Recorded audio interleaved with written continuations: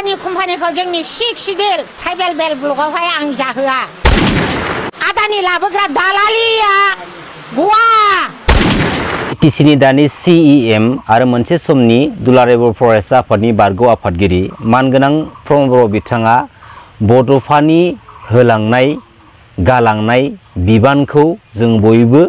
रुजुननांगोन बा मावफुंनांगोन बेफोरबायदि माखासे बाथ्राखौ मिडियानि गेजेरजों फोरमायथिदों। दिनै मानगोनां प्रमद बर' बिथांखौ सोर गाज्रि दैदेनगिरि बा सोर गाज्रि लिडार होननानै बुंदों। दिनै मानगोनां प्रमद बर' बिथांखौ मानि थाखाय थगायसुला सासे लिडारजों रुजुनानै बाथ्रा बुंदों आरो बेनि गासै आबुं सावगारिखौ मा समनिफ्राय बुंनाय जादों आरो माब्लानिफ्राय बुंदों आरो मानि थाखाय बुंदों डिटेल्स मानगोनां रायजो राजा नोंथांमोननि सेराव आं सावरायनो थांगासिनो दङ। लोगोसे फिन खनसेबाव गासैबो मानगोनां रायजो राजा नोंथांमोनखौ आंनि बे गोदान भिडिअ बरना लाग्रोनाय जाबाय। जोंनि आइजो पार्टिफ्रा खालि महर लानो हागोन हाया खालि महर जानानै खालि महरा आखायाव थुंग्रि लानानै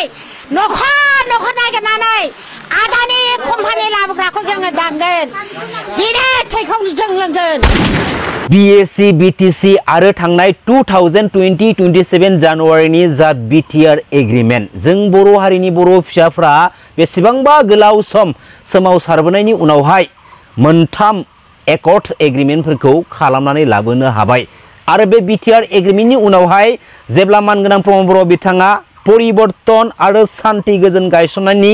गोख्रों स्लगानजों जोंनि बे BTC काउन्सिल पलिटिकल सिस्टेमाव एन्ट्रि मारिफैदोंमोन आरो बै समाव बिथांनि बे परिबर्तन आरो गोजोन शान्तिनि गोख्रों स्लगानखौ थुलुंगा होनो थाखाय जोंनि बर' रायजो राजाफ्रा सापर्ट खालामदोंमोन थुलुंगा होबोदोंमोन। थारैनो मानगोनां प्रमद बर' बिथाङा जोंनि बे BTC काउन्सिल पलिटिकल सिस्टेमाव माबा मोनसे गोदान पलिटिकेलि सिस्टेमखौ आपडेट खालामनानै जों रायजो राजानि सिगाङाव लाबोमारनानै होफैमारगोन नामा बेफोरबायदि गोबां रोखोमनि बाथ्रा खोथाफोरखौ थांखि लानानै जों बर' हारिनि रायजो राजाफ्रा थुलुंगा होदोंमोन। फारसेथिं मानगोनां प्रमद बर' बिथांमोनजों दैदेनजानाय UPPL पलिटिकल पार्टीनि माखासे वर्कार्सफोरा माखासे मेम्बार्सफोरा गावसोरनि माखासे पार्टीनि सिस्टेमफोरखौ मोजां मोनैनि थाखाय अखा नायदों रिजाइन होदों अखा नायदों रिजाइन होदों। दा दिनैनि समाव मोनसे रुलिं गभर्नमेन्टआव थानाय वर्कार्सफोरा मेम्बार्सफोरा गावसोरनि बे पार्टीखौ रिजाइन होनानै ओंखारनाय बाथ्रायासो जोबोद साननो गोनां बाथ्रा। नाथाय रुलिं गभर्नमेन्टआव थायै पलिटिकल पार्टीनिफ्राय सोरबा मेम्बारा सोरबा लिडारा ओंखारनानै रुलिं खालामबाय थानाय पार्टीयाव जइन जाहैनाया बियो गेदेर बाथ्रा नङा। मानगोनां रायजो राजा नोंथांमोन जाय लिडारा जाय दैदेनगिरिया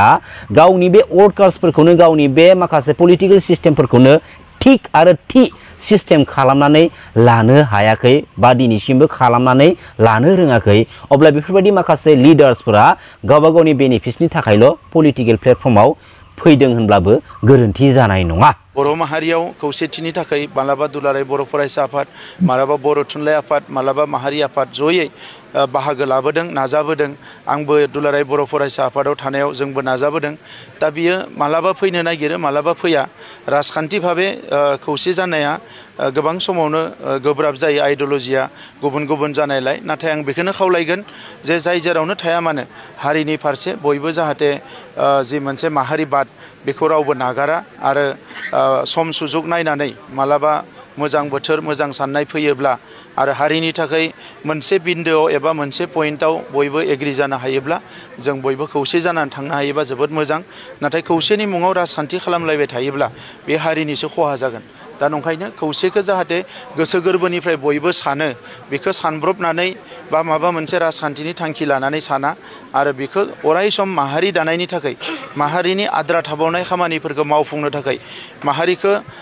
जोङो बुहुमाव गेरेमसा माहारि गायसननो थाखाय बड'फाया होलांनाय बिबानखौ मावफुंनो थाखाय बयबो आवगायनानै फैनांगौ। अब्ला बर' माहारियाव सानसे नङा सानसे खौसेया जाथारगोन आं बेखौ हास्थायो। बे BTC काउन्सिल पलिटिकल सिस्टेमाव BPF आरो UPPL खौसे जानानै जोंनि बे काउन्सिल गभर्नमेन्टखौ सालायोब्लाथ' जोबोद मोजांनि बाथ्रा। BPF आरो UPPL मोननैबो हानजाया खौसेथि जानांगौनि बाथ्राया दिनैनि समाव गोदानै रायखांफिनजानाय माखासे बाथ्राफोरखौ जों दिनै नुनो मोन्दों। नाथाय बे थांनाय 5 बोसोराव मानो बे BPF आरो UPPL खौसेथि जानांगौनि बाथ्राखौ रावबो रायखाङाखैमोन बेनि आन्दोनि गुबै जाहोनफ्रा मा? बे बिथिंनि बेलायाव दिनै स्पेसियली मोनसे बाथ्रा बुंगोन आङो जे जों बर' हारिनि माहारियारि आफाद दुलाराय बर' फरायसा आफादनि आफादगिरि बिबानाव थानाय मानगोनां दिपेन बर' आदानिसिम जे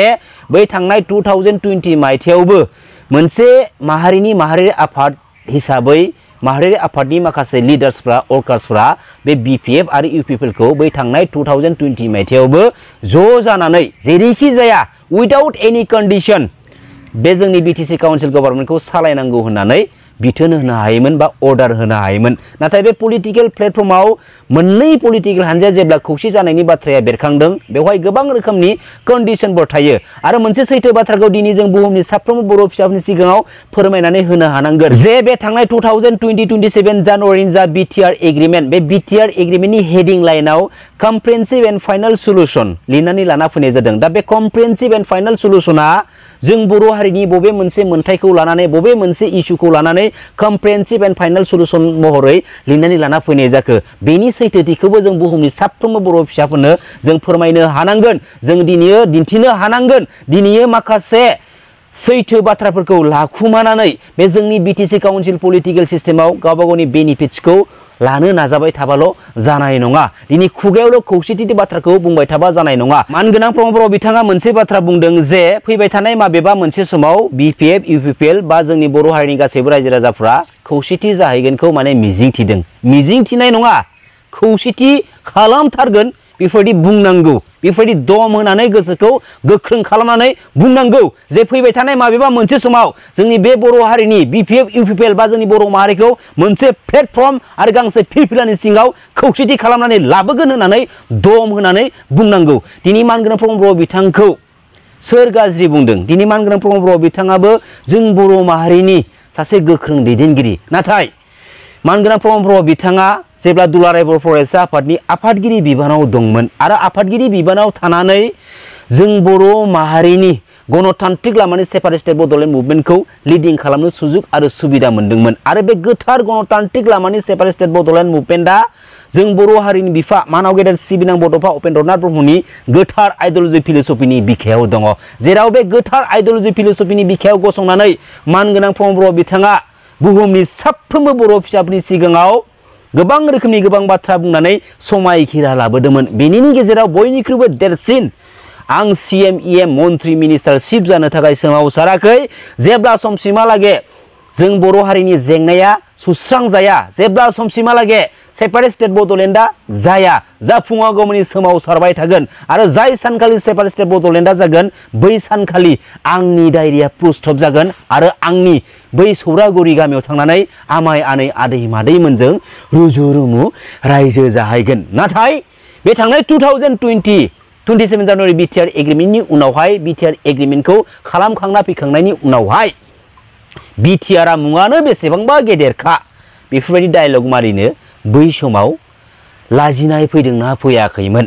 दिनै मानगोनां प्रमद बर' नोंथांनि माखासे बुंनानै समायखिरा लाबोनाय खोथाफोरखौ बुहुमनि साफ्रोमबो बर' फिसाफोरा गोसोखांनानै दुखु मोनो, रागा जोङो। बै लामायाव बिखुङाव ओंखाम थफ्ला बायै बायै जोंनि बर' हारिनि बे आलादा रायजो सेपारेट स्टेट बड'लेण्डखौ मोननो थाखायसो सान्दुङाव अखायाव हस्रि खावहैदोंमोन। नाथाय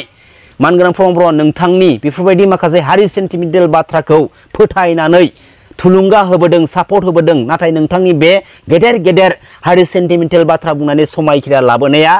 फैयै फैयै माबेबा मोनसे समाव जों बर' हारिनि बर' फिसाफोरखौ थगायगोन बेखौ सिमाङावबो सानाखैमोन। दिनै मानगोनां प्रमद बर' नोंथाङा बे गोथार बर' हारिनि गणतान्त्रिक लामानि सेपारेट स्टेट बड'लेण्ड मुभमेन्टनि बिखायाव गसंनानैल' बुहुमनि साफ्रोम बर' फिसाफोरखौ थगायाखै। बे थांनाय BTR एग्रिमेन्टनि उनावहायबो गावनि पलिटिकेल केरियारखौ स्ट्रेंथ खालामनो थाखाय, गावनि सिट पावारखौ मोननो थाखाय बायदिसिना रोखोमनि पलिटिकेलि डायलग मारिनानै फिन आरोबाव बुहुमनि साफ्रोम बर' फिसाफोरखौनो दिनै थगायबोदों। दिनैयो जायफोर लिडारफ्रा, जायफोर दैदेनगिरिफ्रा थगायनानै गावनि बे पलिटिकेल क्रेडिटखौ लानो नाजाबाय थागोन, गावनि माखासे मोनथायफोरखौ मोननो जुजिबाय थागोन, बैफोर लिडारफ्रा दिनै नङा गाबोन नङा सानसे थुंगेहैगोन आरो बियो बांद्राय गोबाव सम थाया। थिग दिनैनि बे समाव बेफोरबायदि माखासे गोथां सावगारिखौ जों दिनै नुनो मोनदों जेराव बीजेपी पार्टीजों गोख्रों अवस्थायाव एलायन्सआव थानानै बीटीसी काउन्सिल गभर्नमेन्टखौ दैदेनबाय थानाय समाव खौसेथिनि बाथ्राया फैयाखैमोन नाथाय जाय सानखालिनिफ्राय बीजेपी पलिटिकल पार्टीनि माखासे गोख्रों दैदेनगिरिफ्रा बे बीटीसी काउन्सिल पलिटिकल सिस्टेमाव आपकामिं 2025 मायथाइयाव हारसिङै इलेक्शन गेलेगोन बीजेपीआबो हारसिङै इलेक्शन गेलेगोन होननानै जेब्ला डिक्लारेशन होयो अब्ला समनिफ्राय मानगोनां प्रमद बर' बिथांमोननि माखासे पलिटिकल केरियारखौ लानानै साननो गोनां मोनसे बायथ'था थासारिया फैदों जेराव बे थासारिया फैयै मोनसे बीजेपी आरो यूपीपीनि गेजेराव मोनसे गोजान फारागथिखौ लाबोदों जेराव बेफोर माखासे कन्डिशनखौ लानानै बावैसो सान सिगाङावहाय यूपीपी पार्टीनि जेनेरेल सेक्रेटारि मानगोनां राजु नार्जारी आदायाबो जे एलायन्स गभर्नमेन्टआव थानानै यूपीपी पार्टीखौ माखासे लिडार्सफोरखौ बेखौ माव होननानै माने सान्थि गैयै माखासे बाथ्राफोरखौ अर्डार होयै माने बिथोन होबाय थादोंमोन दा बेफोरबायदि गोबां रोखोमनि बे थांनाय 5 बोसोराव मानगोनां प्रमद बर' बिथांमोना अशान्ति मोनसे थासारियाव थानानै गावसोरनि बे बीटीसी काउन्सिल गभर्नमेन्टखौ रुलिं खालामबोनो गोनां मोनसे बायथ'था जादोंमोन बे बाथ्राखौबो जोंनि सिगाङाव फोरमायनानै होदों जों जोबोद गोजोनदों माखासे सैथो बाथ्राफोरखौ मिथिनानै नाथाय दिनै जोंहा मा दरखार दङ बे एन्टि बड' एन्टि ट्राइबेल हारिनि लिडारफोरजों थानानै जोंनि बे बर' हारिनि बर' फिसाफोरनि थैजों मोनबोनाय बे जोंनि बीएससी बीटीसी बीटीआर बायदियाव गुबुन हारिनि आफाखिजों थानानै जोंनि बे न'खरनि पलिटिकल सिस्टेमखौ सालायनांगौनि मा दरखार दङ खौसे जानायाव जों बयबो मोजां मोनगोन नाथाय बे खौसेनि स्ल'गानाव फिन आरोबाव पलिटिकेलि मोनसे इस्यु खालामनानै जों बर' फिसाफोरखौनो इउसलेस खालामलांनो जुदि नाजादोंब्ला बेवहाय जों सापर्ट होनाय नङा दिनै जों बर' हारिनि बिखायाव ओरैबायदि माखासे लिडारफोर दङ जायफोर लिडारफोरा एन्टि बड' एन्टि ट्राइबेल हारिनि लिडारफोरनि जानानै पलिटिकेलि केम्पिं खालामहैनानै आमखानो भट हो तामखानो भट हो जोंनि बर' हारिनि माखासे इस्युखौ सुस्रांनांगौनि थाखाय बिटिआरनि माखासे दफाफोरखौ मावफुंनो थाखाय बे बाराव बिनो भट हो होननानै पलिटिकेलि केम्पिं खालामनानै होयो आरो बेराफारसेथिं बेफोरबायदि माखासे लिडार्सफोरानो खौसेथि जानांगौनि बाथ्राखौ थाहाब समजों माने लोब्बा लाखिनानै बाथ्रा बुंफैबाय थायो अब्ला बेनि आन्दोआव पलिटिकेलि इस्यु थानाय बायदिखौ जों नुहुरगोना नुहुरा मानगोनां रायजो राजा नोंथांमोन दिनै जों सोरखौ फोथायनो दिनै जानो हागौ बे बीपीएफ आरो यूपीपीखौ खौसे जाहोनायनि आन्दोआव सोरबा बर' फिसाया फिन माबाफोर आन्दोआव बेनिफिटसो लागासिनो दं नामाथाय बै एन्टि ट्राइबेल एन्टि बड' हारिनि माखासे मास्टार माइन्डेड लिडारफोरजों खौसे जाफानानै बेखौबो जोंहा साननो गोनां बाथ्रा दं मानगोनां रायजो राजा नोंथांमोन बे थांनाय 5 इयार्सनि लास्ट स्टेज सम सफैहां जेब्ला जायो अब्ला समाव जों बर' हारिनि बिखायाव जालांनाय दुखुनि जारिमिननि बाथ्राफोरखौ रायखां पलिटिकली क्रेडिट लानो नाजानाय माखासे डार्टी प्लेन पलिसिफोरखौबो जों नुनो मोन्दोंमोन जेराव बीटीसीनि दानि सीईएम मानगोनां प्रमद बर' बिथाङाबो 2008-2012 आव जालांनाय जा रायट्स बेफोरखौबो रायखां जोंनि गेजेराव पलिटिकेलि माने फोरमायनाय माखासे बाथ्राफोरखौ जों दिनै नुनो मोन्दों दा दिनै जों बर' हारिनि बिखायाव जालांनाय दुखुनि बै गोथां जारिमिनफोरखौ रायखां पलिटिकेलि इस्यु खालामनानै फिन आरोबाव जों बर' फिसाफोरखौनो माने पलिटिकेलि डिभाइड खालामनानै दोननो नाजागोन नामा गावबागाव पलिटिकल क्रेडिटनि थाखाय बियो गनायथाव नङा बेखायनो आं मोनसे बाथ्रा बुंगोन जे जाय लिडारनि दैदेननायाव जोंनि बे पलिटिकल सिस्टेमनि गेजेरजों जोंनि बर' फिसाफ्रा सारा हास्ति जानांदों खस्थ' मोननांदों आरो जाय लिडारनि पलिटिकल सिस्टेमनि गेजेरजों जोंनि माखासे थासारिफोरा दिनै एसेब्लाबो अशान्ति थासारियाव थानो गोनां जादों बैफोरबायदि लिडारनि दैदेननायनि पलिटिकल सिस्टेमखौ जों बर' माहारिनि बर' फिसाफोरनो नाङा सिदा बाथ्राखा आंना नोंगौना मानव गेदेर रायजो राजा नोंथांमोन गोजोन्थों खुलुमबाय जय बर' हारिनि जय बर' बिमानि